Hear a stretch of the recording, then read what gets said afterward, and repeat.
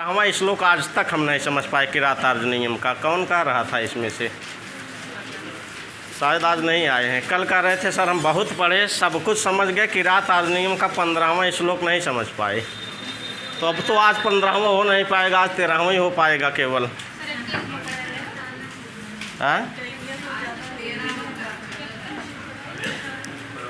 देखिए हम ज़्यादातर जोर जो देने वाले हैं प्रवक्ता और हायर पे देने वाले हैं। टीजीटी का समय 3-3 घंटे चल रहा है।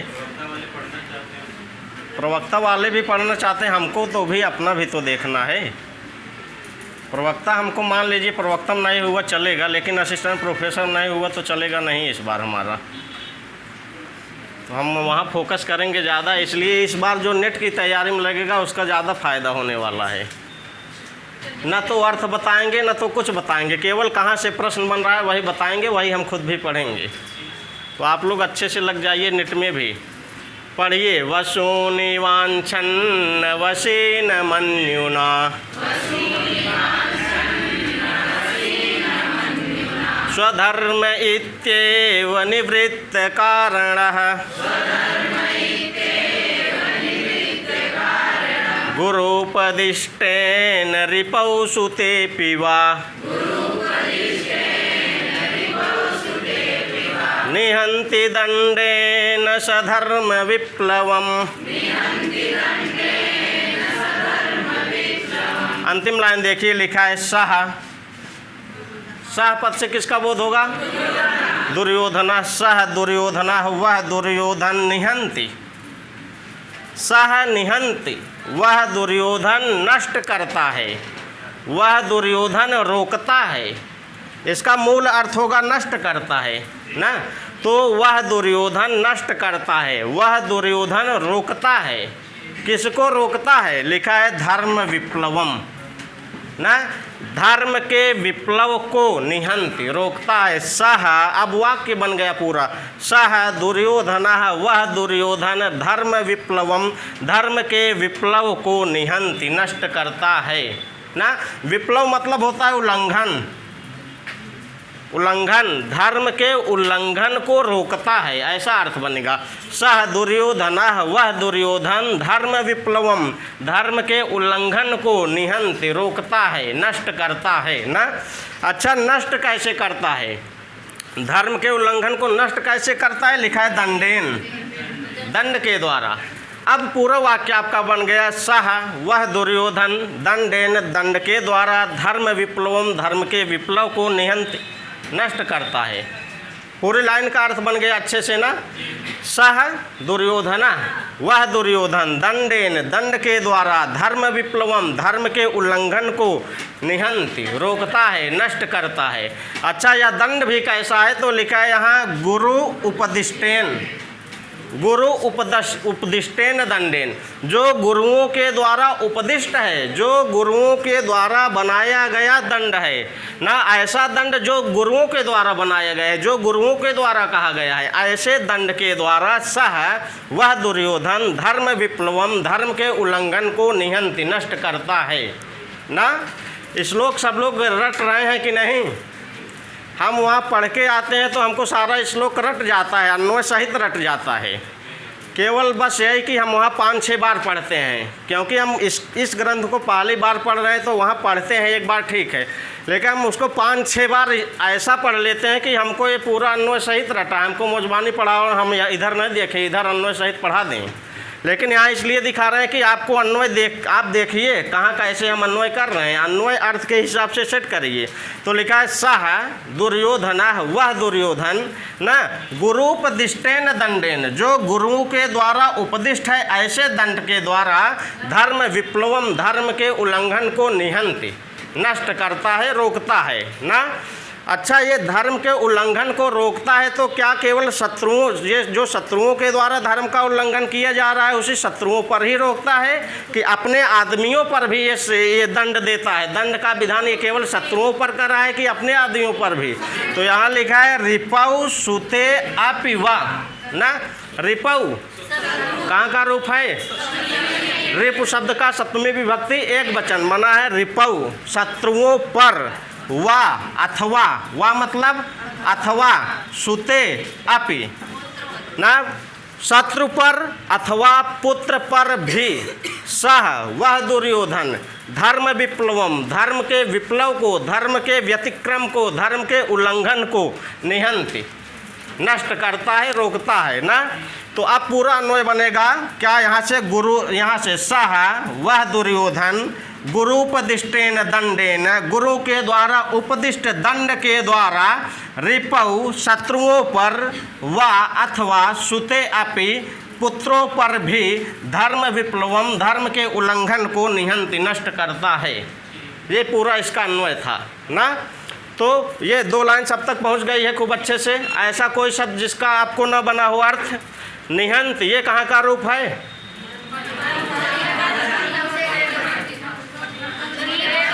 आधा लोग कह रहे हैं बहुवचन, आधा लोग कह रहे हैं एक वचन। हंति हतः घ्नन्ति, उसी में आप नि उपसर्ग लगा लीजिए बस, ठीक, तो हो जाएगा निहंति ना। ये लट लकार प्रथम पुरुष एक वचन का है, परस्मै पद की आत्मनेय पद, परस्मै पद नहीं है।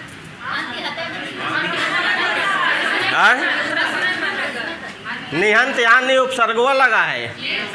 हन धातु का कहाँ चलता है रूप, वहाँ क्या लिखा है, चलिए। तो हंति हता घ्नन्त उसी के आगे केवल नि उपसर्ग लगा दिया है, तो ये आपका प्रथमा विभक्ति एक वचन का लट लकार में हुआ।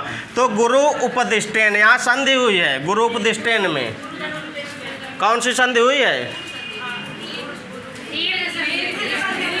गुरु, यहाँ गुरु था फिर उ था, उ को उ फिर यहाँ दीर्घ हुआ है। तो गुरुपदिष्टेन जो गुरु के द्वारा उपदिष्ट है, जो गुरुओं के द्वारा कहा गया है, जिस दंड को गुरुओं के द्वारा बनाया गया है, ऐसे दंड के द्वारा सह वह राजा दुर्योधन शत्रुओं पर अथवा पुत्रों पर भी धर्म विप्लवम धर्म के उल्लंघन को निहंति नष्ट करता है ना।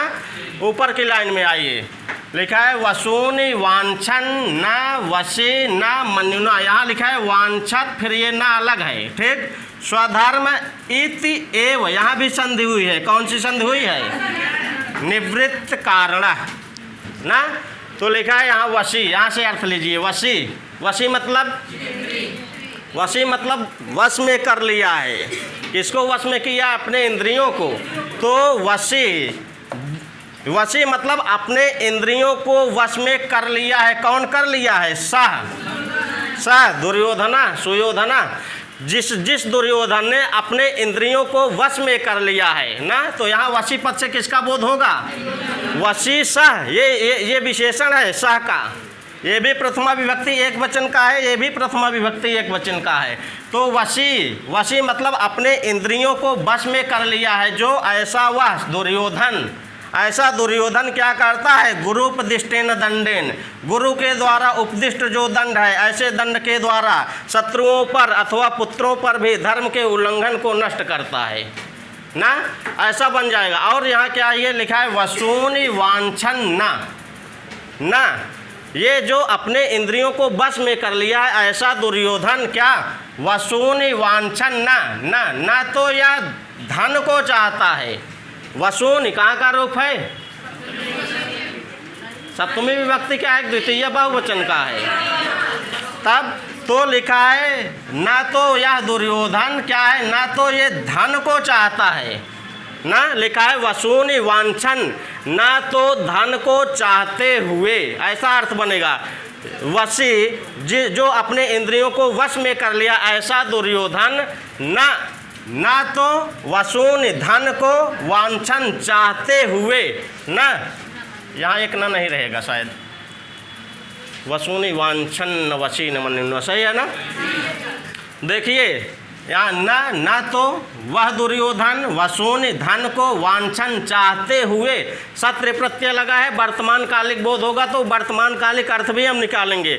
ना तो वसूनि धन को वांछन चाहते हुए, ना मन्युना, ना तो क्रोध से।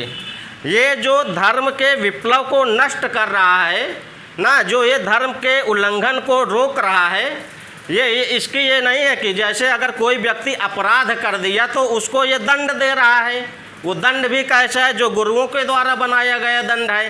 तो ये दंड देने का इसका ये तात्पर्य नहीं, इसका ये धन वसूलने का तात्पर्य नहीं है। न तो ये किसी को धन वसूलने की इच्छा से दंड दे रहा है, न तो क्रोध के कारण दंड दे रहा है किसी को ना। यहाँ यही लिखा है वसूनी वांछन न तो वह धन को चाहते हुए, न तो क्रोध से।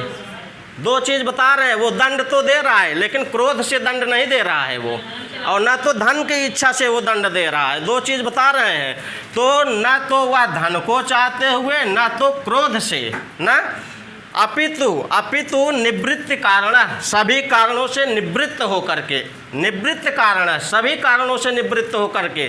सभी कारण, न तो उसको धन की इच्छा है, न तो वो क्रोध से, इन सब कारणों से वो निवृत्त हो गया है। निवृत्त कारण, सभी कारणों से निवृत्त होकर के स्वधर्म इति एव, स्वधर्म अपना ही, यहाँ एव लिखा है, एव मतलब ही, अपना ही, यहाँ अपना ही धर्म है।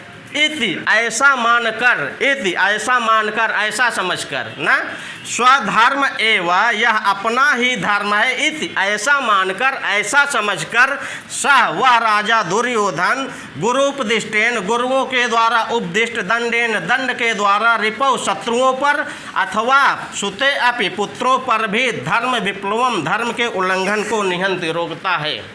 सबके ऊपर बराबर दंड दे रहा है, चाहे वो शत्रु हो चाहे अपना पुत्र हो, सबके द्वारा नियम। ये इस टाइम तो नहीं न जे तुम जगतिम सुयोधना है ना, अब तो ये नीति के मार्ग से चल रहा है। तो दंड सबके लिए बराबर बनाया, चाहे वो अपना पुत्र हो चाहे और किसी का पुत्र हो, चाहे वो अपना शत्रु हो चाहे वो अपना आदमी हो, सबके ऊपर ये बराबर क्या है, बराबर दंड का विधान कर रहा है। ऐसा दंड यहाँ का है जो गुरुओं के द्वारा बनाया गया दंड है। ऐसे दंड के द्वारा ये ऐसा दंड दे रहा है जो गुरुओं के द्वारा उपदिष्ट है। ऐसा दंड किसको दे रहा है, शत्रुओं को भी दे रहा है, पुत्रों को भी दे रहा है ना। कोई दिक्कत? एक बार फिर से देखिए, पढ़िए फिर बताएं। वसूनि वांछन वशीन मन्युना, स्वधर्म इत्येव निवृत्त कारणः, गुरुपदिष्टेन रिपौ सुतेऽपि वा, निहन्ति दंडेन सधर्म विप्लवम्। देखिए लिखा है सह दुर्योधन, वह दुर्योधन ना, निहंति नष्ट करता है, वह दुर्योधन नष्ट करता है, वह दुर्योधन रोकता है। किसको रोकता है? धर्म विप्लवम, धर्म के व्यतिक्रम को, धर्म के विप्लव को, धर्म के उल्लंघन को। यहाँ विप्लव का अर्थ है उल्लंघन। जो धर्म का उल्लंघन कर रहा है उसको वो दंड दे रहा है, चाहे वो पुत्र हो चाहे शत्रु हो ना। तो धर्म के उल्लंघन को निहंति रोकता है। प्रश्न बन जाएगा, धर्म के उल्लंघन को कौन रोक रहा है? सुयोधना। यहाँ शपथ से किसका बोध होगा? वह जो सुयोधन दुर्योधन धर्म के विप्लव को रोक रहा है, किसके द्वारा रोक रहा है?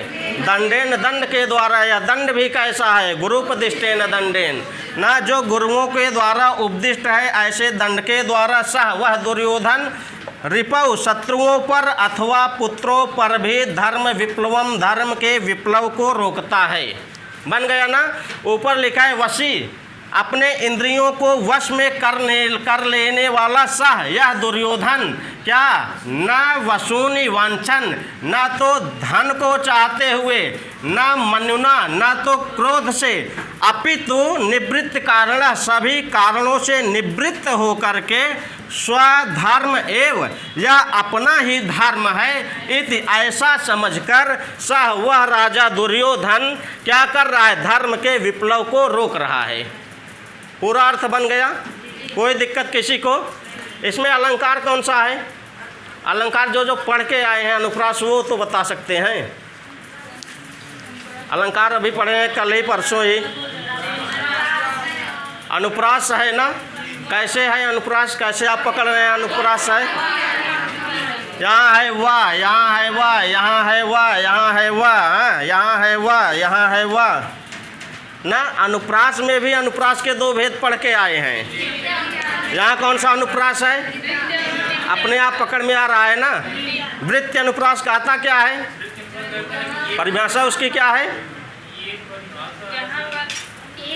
चाहे एक वर्ण हो चाहे अनेक वर्ण हो, ऐसा कहा गया है ना, अनेक वर्णों का अथवा एक वर्णों का भी द्विबहुर कृत्वा, कम से कम 2 बार नहीं तो 2 से अधिक बार जहाँ आवृत्ति होगी वहाँ कौन सा अनुप्रास अलंकार होगा? वृत्ति अनुप्रास होगा। तो इसमें वृत्ति अनुप्रास दिख रहा है साफ साफ ना। चलिए इसकी टीका टिप्पणी देख लीजिए। आज एक श्लोक और करें, चलिए थोड़ा सा देख लीजिए इसका टीका टिप्पणी। वसीन, जो ये लिखा है वसी, ये कहाँ का रूप है? वसी, प्रथमा विभक्ति एक वचन, इसका मूल प्रातिपदिक क्या है? वसीन, न में हलंत रहेगा। ठीक, ये किसके लिए आया है? अपने इंद्रियों को कौन बस में कर लिया है? सुयोधन कर लिया है। सह पद से नीचे किसका बोध होगा? यहाँ वांछन में कौन सा प्रत्यय लगा है? कौन सी धातु है? वांछ धातु से सत्र प्रत्यय लगा है ना, वांछन। आगे आपका है गुरूपदिष्टेन में कौन सी विभक्ति है? गुरूपदिष्टेन यहाँ किसका विशेषण है? दंडेन का। इसके बाद यहाँ वसून लिखा है ना, इसमें धातु कौन सी है? कौन सा रूप कहाँ का है ये? वसून, द्वितीय विभक्ति बहुवचन का।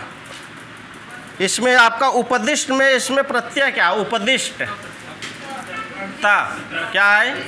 ता। इसमें प्रत्यय हो गया आपका, धातु कौन सी है? दिश। विप्लव, ये बहुत इंपॉर्टेंट है। विप्लव का प्रकृत प्रत्यय क्या है? वे उपसर्ग पूर्वक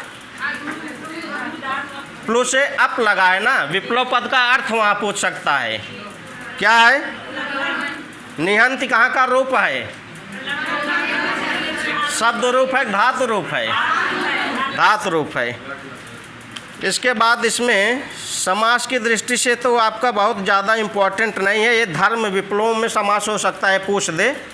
तो इसमें आपका षष्ठी तत्पुरुष होगा। गुरूपदिष्टेन में आपका क्या होगा? गुरुणा उपदिष्टा, जो गुरुओं के द्वारा उपदिष्ट है, तृतीय तत्पुरुष समास हो जाएगा। ठीक। निवृत्त कारण, मतलब जो सभी कारणों से निवृत्त हो गया है ना। तो यहाँ कौन सभी कारणों से निवृत्त हो गया है? सुयोधन। यहाँ बहुब्रीहि समास हो जाएगा, जो सभी कारणों से निवृत्त हो गया है, ऐसा सुयोधन। ठीक। इस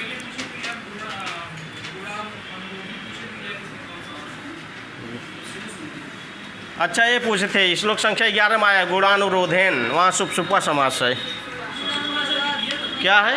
गुणानुरागात, गुणानुरागात, गुणों में अनुराग होने से। ठीक।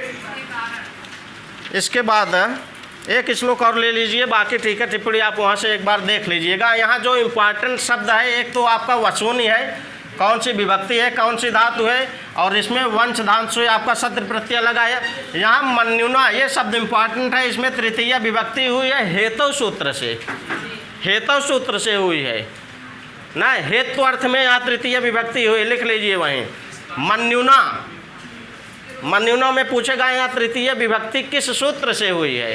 हेतु सूत्र से हुई है, हेतु अर्थ में हुई है ना। यहाँ संधि तो जान ही रहे हैं, बाकी यहाँ कुछ नहीं है। गुरूपदिष्टेन दंडेन, शापद से किसका बोध हो रहा है? दुर्योधन का। ठीक। धर्म के विप्लव को कौन नष्ट कर रहा है? दुर्योधन कर रहा है। कैसे कर रहा है? दंड के द्वारा कर रहा है। दंड कैसा है? जो गुरुओं के द्वारा उपदिष्ट है, ऐसा दंड। ठीक। चलिए एक श्लोक और देख लीजिए, आप लोगों को न लगे थोड़ा ही पढ़ा दिए। एक श्लोक किरात अर्जुनीयम ऐसा ग्रंथ है ना, चाहे आपके प्रवक्ता के सिलेबस में भले नहीं है, प्रश्न आते हैं जरूर। किरातार्जुनीयम हो गया, उत्तर रामचरितम हो गया, रघुवंश महाकाव्य हो गया। यहाँ से रघुवंश से टीजीटी में भले ना प्रश्न पूछा जाए, टीजीटी के अलावा जो भी एग्जाम देंगे सब जगह पूछा जाएगा। चलिए इसके बाद क्या है? 14वां श्लोक है ना।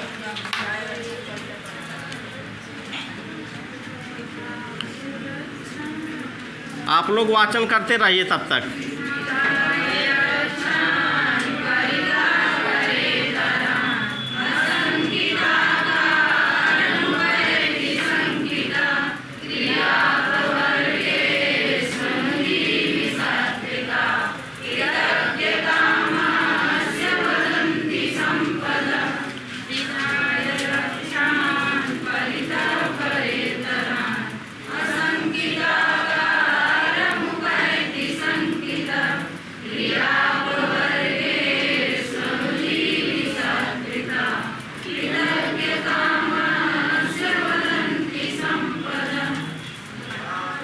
और पढ़ते रहिए 1-2 श्लोक।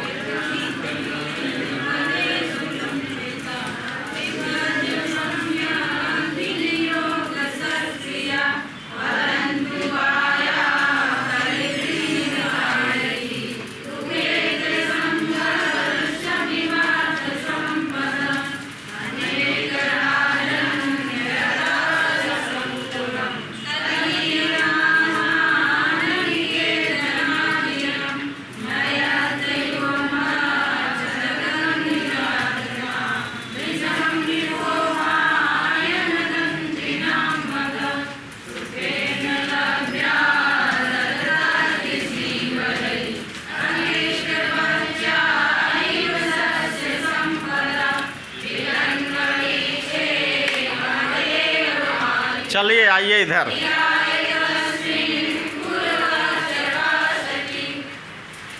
कहीं गलत तो नहीं है ना? पढ़िए एक बार। विधाय रक्षान परितः परेतरान। पढ़िए। क्रियापवर्गे सनुजीव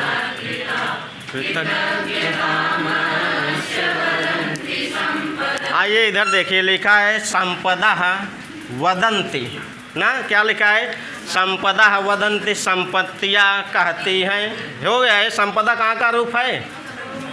बहुवचन का है, प्रथमा विभक्ति बहुवचन ना। संपदा संपदा ऐसे रूप चलेगा। तो संपत्तियाँ वदंती, संपत्तियाँ कहती हैं, संपत्तियाँ बोलती हैं, संपत्तियाँ प्रकट करती हैं। जैसा अर्थ बनने वैसे निकालिए, जैसा अर्थ सेट हो वैसे सेट करिए, आपको आसानी होगी। लिखा है संपतः वतन न, संपत्तियाँ प्रकट करती हैं, संपत्तियाँ बोलती हैं, संपत्तियाँ कहती हैं। अर्थ बन गया 2 शब्दों का ना। संपत्तियाँ क्या कहती हैं? तो यहाँ लिखा है कृतज्ञताम अस्य न, संपत्तियाँ कृतज्ञता को कहती हैं। बन गया अर्थ ना। तो संपदा संपत्तियाँ कृतज्ञताम कृतज्ञता को वदंती कहती हैं। ये भी बहुवचन है, ये भी बहुवचन है ना। यहाँ ये कृतज्ञताम कहाँ का रूप है? कम से कम अर्थवा निकालने के बाद पता चल जाना चाहिए षष्ठी का है कि द्वितीय का है ना। संपत्तियाँ क्या कृतज्ञता को, बन गया ना कहाँ का रूप है? वदंती कहती हैं। ये संपत्तियाँ कृतज्ञता को कहती हैं। तो ये कृतज्ञता किसकी है? अस्य। अस्य कस्य? सुयोधनस्य। अब आपका वो बन गया अस्य सुयोधनस्य। इस दुर्योधन की, इस सुयोधन की कृतज्ञता को संपत्तियाँ कहती हैं। या ऐसे कह सकते हैं इस दुर्योधन की कृतज्ञता को संपत्तियाँ प्रकट करती हैं। आपको ऐसे बनेगा अर्थ ना। अस्य दुर्योधनस्य, इस दुर्योधन की कृतज्ञता को संपदा संपत्तियाँ वदंती कहती हैं ना। ये संपत्तियाँ कैसी हैं? जो संपत्तियाँ दुर्योधन की कृतज्ञता को कह रही हैं, ये संपत्तियाँ कैसी हैं? तो लिखा है यहाँ देखिए, क्रिया अपवर्गेषु। यहाँ विभक्ति हुई है। कौन सी विभक्ति हुई है?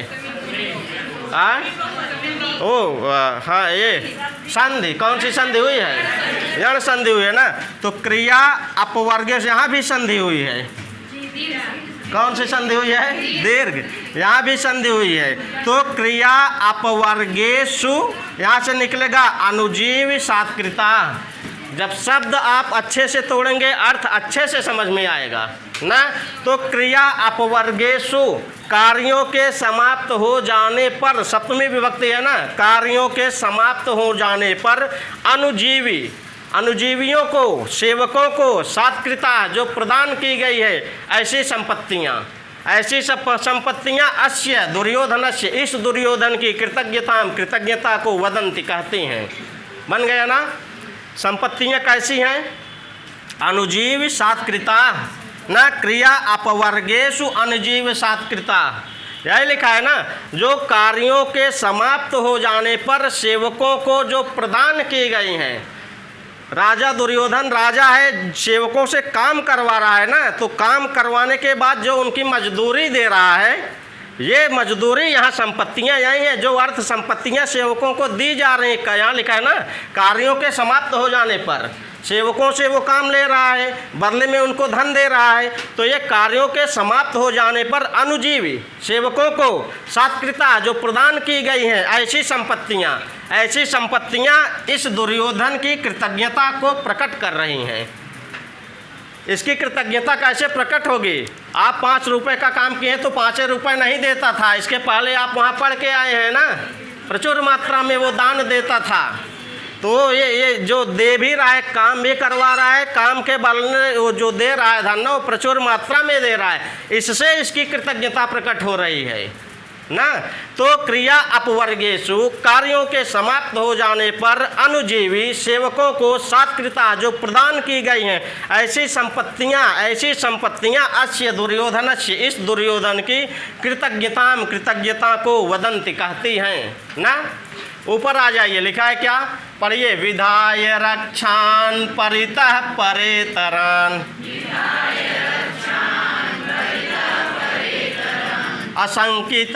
असंकिताकारमुपैति संकितः।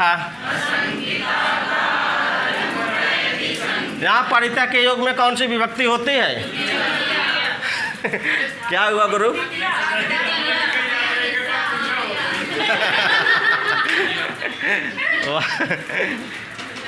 व्याकरण वो हम भी पढ़ा लेते हैं, पढ़ाते नहीं हैं बस। ठीक, इसलिए नहीं पढ़ाते हैं कि बोझ है। जब हम लोग की टीम बड़ी बड़वार टीम है ना, तो फिर यहाँ बोझ लेने की क्या ज़रूरत है? मैटर ठीक ठाक दो, एक का ही श्लोक दो ठीक ठाक दीजिए ना। तो आप दुइये सूत्र यहाँ पढ़ाइए ठीक ठाक, हमारा भी बोझ हल्का, आपका भी बोझ हल्का, ये आप वाला बोझ हम ले लिए ना। और कुछ बन रहा है बना लीजिए, ये गुरुजी केवल फंसाने वाला काम करते हैं। तो लिखा है परितः मतलब चारों ओर। यहाँ देखिए ये शब्द को तोड़िए, इसमें संधि हुई है क्या? कुछ क्या संधि हुई है? गुण संधि। संधि विच्छेद क्या होगा? पर धर इतरान ना। पर मतलब क्या होता है? पर मतलब यहाँ तो मान लीजिए राजा दुर्योधन है, राजा दुर्योधन का पर उसका शत्रु अर्थात यहाँ युधिष्ठिर होंगे। तो जो शत्रुओं के भी शत्रु हैं, जो पर से भी इतर हैं ना, जो शत्रुओं के भी शत्रु हैं, जो पर से भी इतर हैं, जो शत्रुओं के भी शत्रु हैं, ऐसा। तो लिखा है परितः चारों ओर परेतरान शत्रुओं के शत्रुओं को क्या रक्षान विधाय रक्षक बना करके, अर्थ बन गया। तो चारों तरफ से जो शत्रुओं के शत्रु हैं ऐसे शत्रुओं को रक्षक बना करके, बन गए ना, रक्षक बना करके। संकिता सशंकित होता हुआ, यहाँ कुछ चीज़ अपने मन से जोड़ लेना चाहिए। अगर यहाँ ना आप सन आप ऐसे भी ये साइलेंट, इसको हम अपने मन से जोड़ देंगे तो अर्थ आपको बहुत क्लीन समझ में आएगा। तो चारों तरफ शत्रुओं के शत्रुओं को रक्षक बना करके संकिता सशंकित होता हुआ भी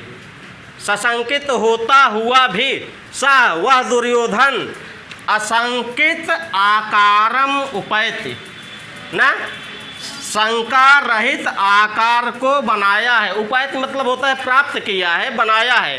तो वह सशंकित होते हुए भी अपने आकार को असंकितम उपैति ना, शंका रहित बनाया है। ये वनेचर युधिष्ठिर से कह रहा है, महाराज वह तो आपसे डरता है, लेकिन वो अपने आकार को ऐसे बनाया है कि वो किसी से डर और नहीं रहा है। यही कह रहे हैं यहाँ कि संकिता सन अपि, सशंकित होते हुए भी ना। सशंकित कौन है? दुर्योधन। तो सशंकित होते हुए भी वह दुर्योधन अपने आकार, अपनी आकृति को, अपने आकार को असंकितम उपैति, शंका रहित बनाया है। कोई दिक्कत? सबका अर्थ समझ में आया? एक बार पढ़िए। विधाय रक्षान परितः परेतरान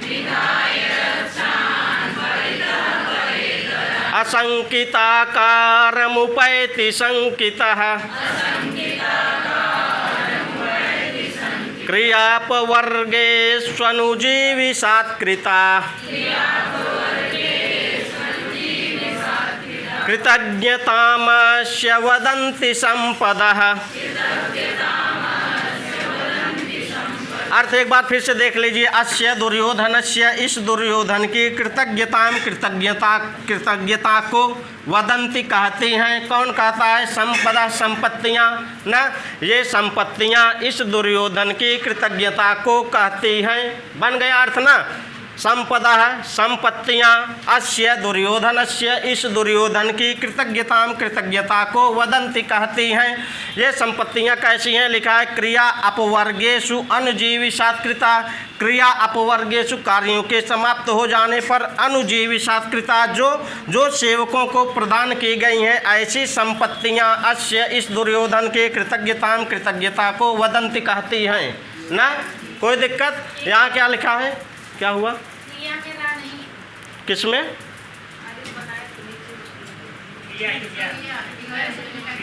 ये अरे वो इससे मिट गया है, वहाँ बना है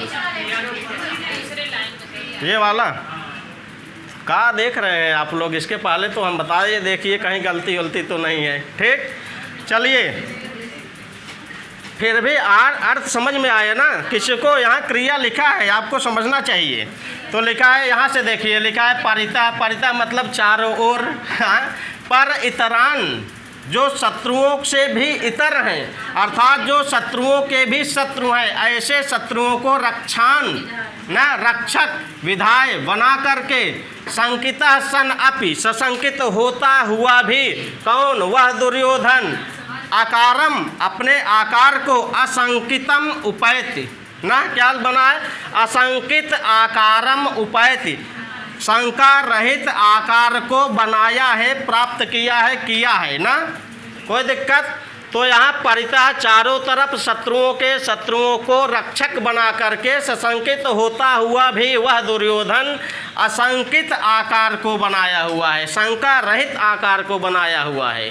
कोई दिक्कत? चलिए इसकी टीका टिप्पणी देख लीजिए। आज के लिए 2 श्लोक बहुत है, 10:30 बज गया। यहाँ परितरान में कौन सी विभक्ति? वो है समास, ये पूछा जा सकता है। क्या समास है? देखिए किताब में क्या लिखा है आपके।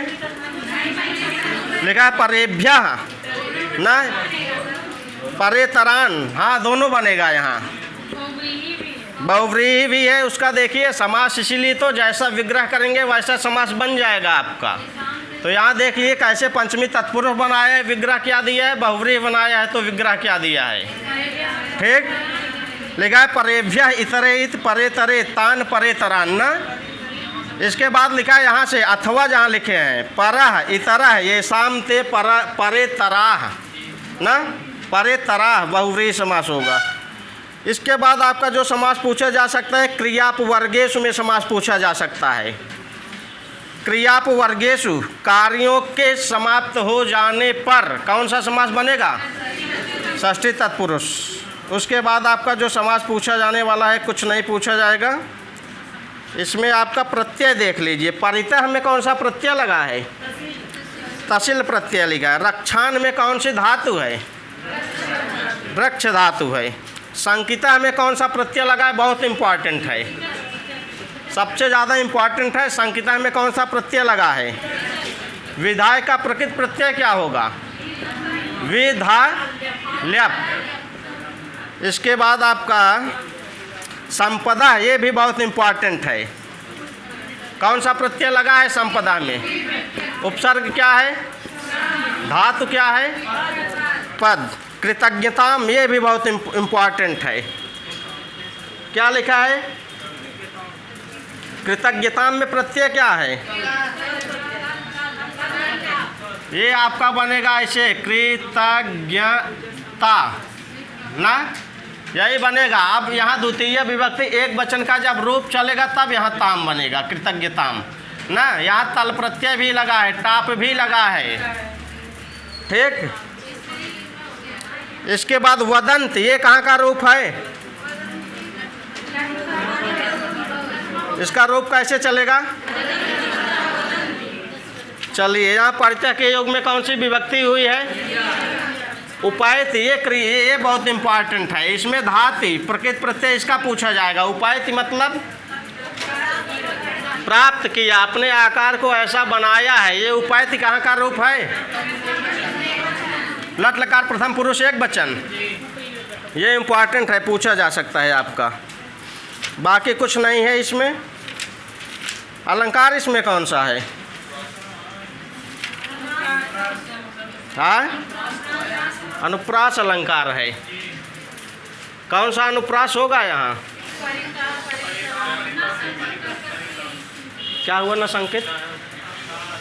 यहाँ लिखा है असंकित ना। असंकित में केवल कौन सा समास होगा? असंकित।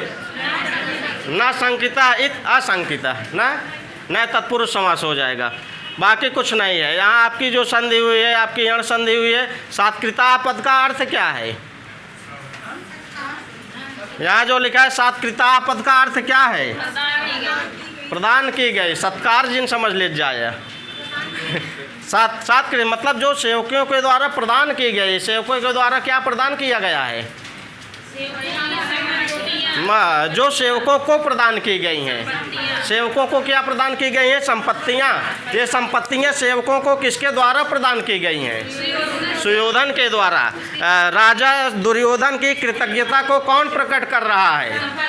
संपत्तियाँ ना।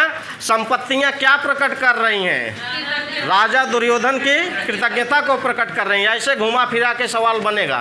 ठीक, कोई दिक्कत? 2 श्लोक बहुत है। चलिए अब आज के लिए इतना ही। अब आ जाइए काव्य प्रकाश पे आप लोग। इसको सुरेश बंद कर दीजिए आप।